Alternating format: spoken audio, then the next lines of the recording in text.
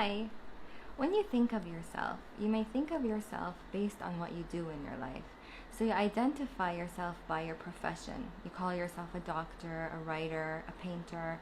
You might identify yourself by the color eyes you have. You look in the mirror and you see you have black eyes or blue eyes. You might identify yourself by your cultural background, the religion you were raised into, and all of these things are true. They make you who and what you are. However, there are also other aspects to you or dynamics to you that are just as true as the color of your eyes, except you don't see these dynamics. Psychoanalyst Carl Jung believed that each and every one of us carried a shadow, a dark side. And he believed that it was through the shadow that we walk into our wholeness and we find our happiness.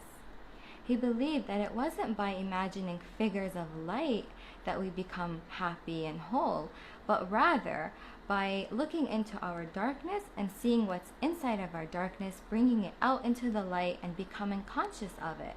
Because once we do that, we become aware of what's going on inside of us, and we look into the root cause of why we are in darkness. So if you are, let's say, an accountant and you hate numbers and you hate calculations and you don't like your job, but you're doing it because you want to impress your wife, and your wife likes you to do that because maybe she feels like it's prestigious and she can show off to her friends, but you don't like it. You hate being an accountant, and you would rather bake cupcakes, for example. Your shadow will continue to pull you down and give you angry outbursts until you change your job, until you do what you really like. And it doesn't care about what your wife thinks. It doesn't care about the external reasons. All it cares about is that you're doing something that is not a match to what you truly like. Your shadow walks you back to your authenticity, back to your truth. And whenever it sees that you have gone far away from your truth, it pulls you down. And sometimes it's not anger, sometimes it's resentment, sometimes it's bitterness, sometimes it's jealousy. All of these feelings are there to wake you up and to help you understand certain things in your life that need your attention. So you can think of the shadow like a fire alarm system in your house. You're watching a movie and you're really into it. You really want to see what will happen in the end. Will they get married or will she die? And you can't wait to see what will happen. And you're in your pajamas, and suddenly the fire alarm detects a fire and it starts going beep, beep, beep. And now you have to run out for your life. You have to save yourself from the fire.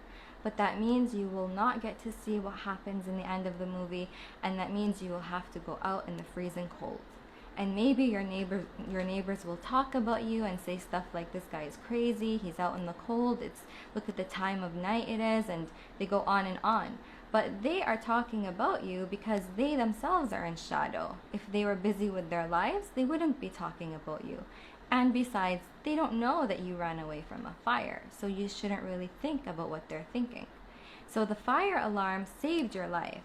And likewise, your shadow works the same way, except it doesn't save you physically from death, but it saves your soul from doing things that will drain you, from doing things that are not things that truly make you happy.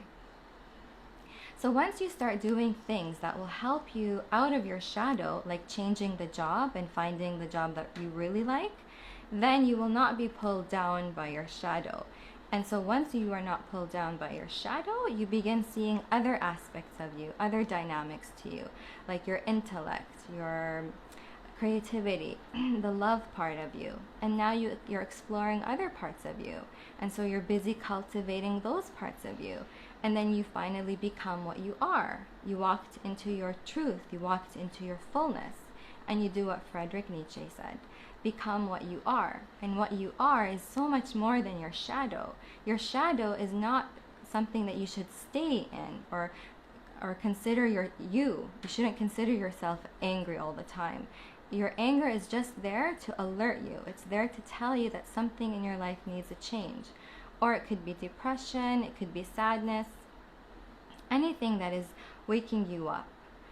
And then once you walk into your other dynamics, now you're busy cultivating that, and now you're actualizing those dynamics into your physical self. And you're really now living those aspects, right? And so you are now actualized and you're living the light that lives within you.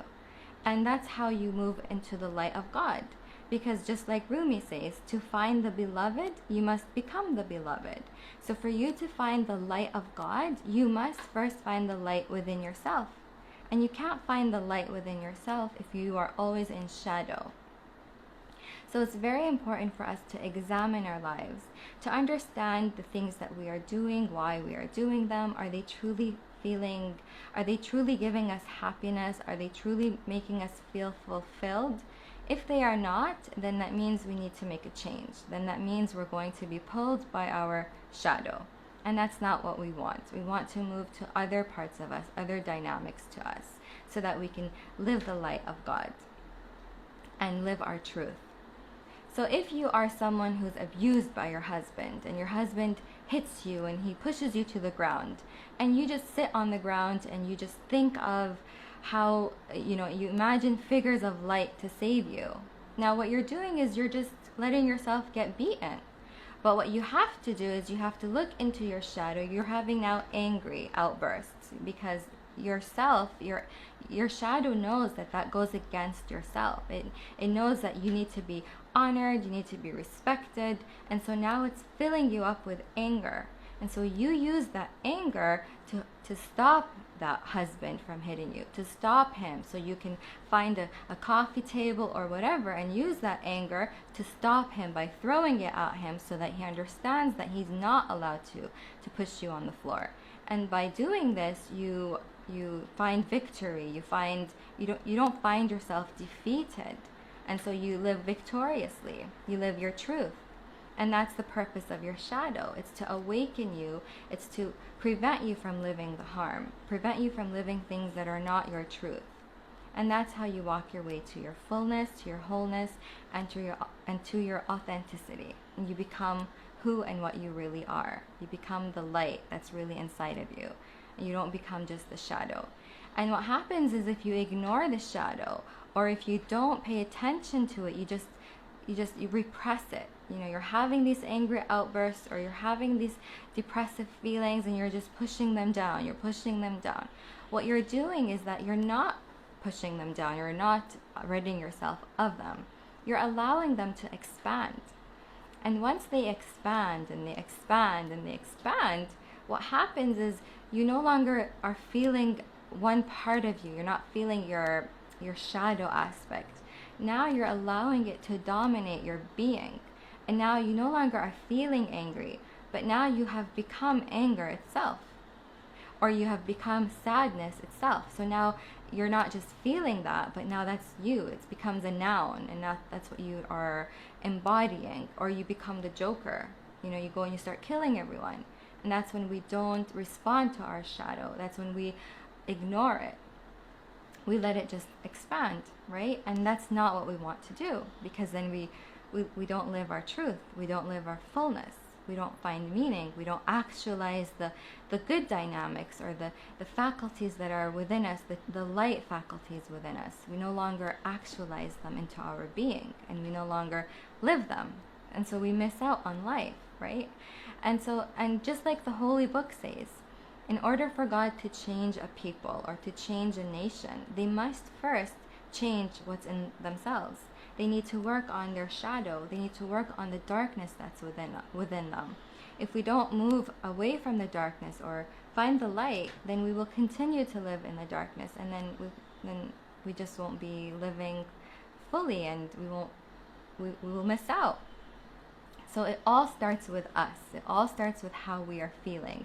Do we respond to these angry outbursts and these negative feelings, or do we ignore them?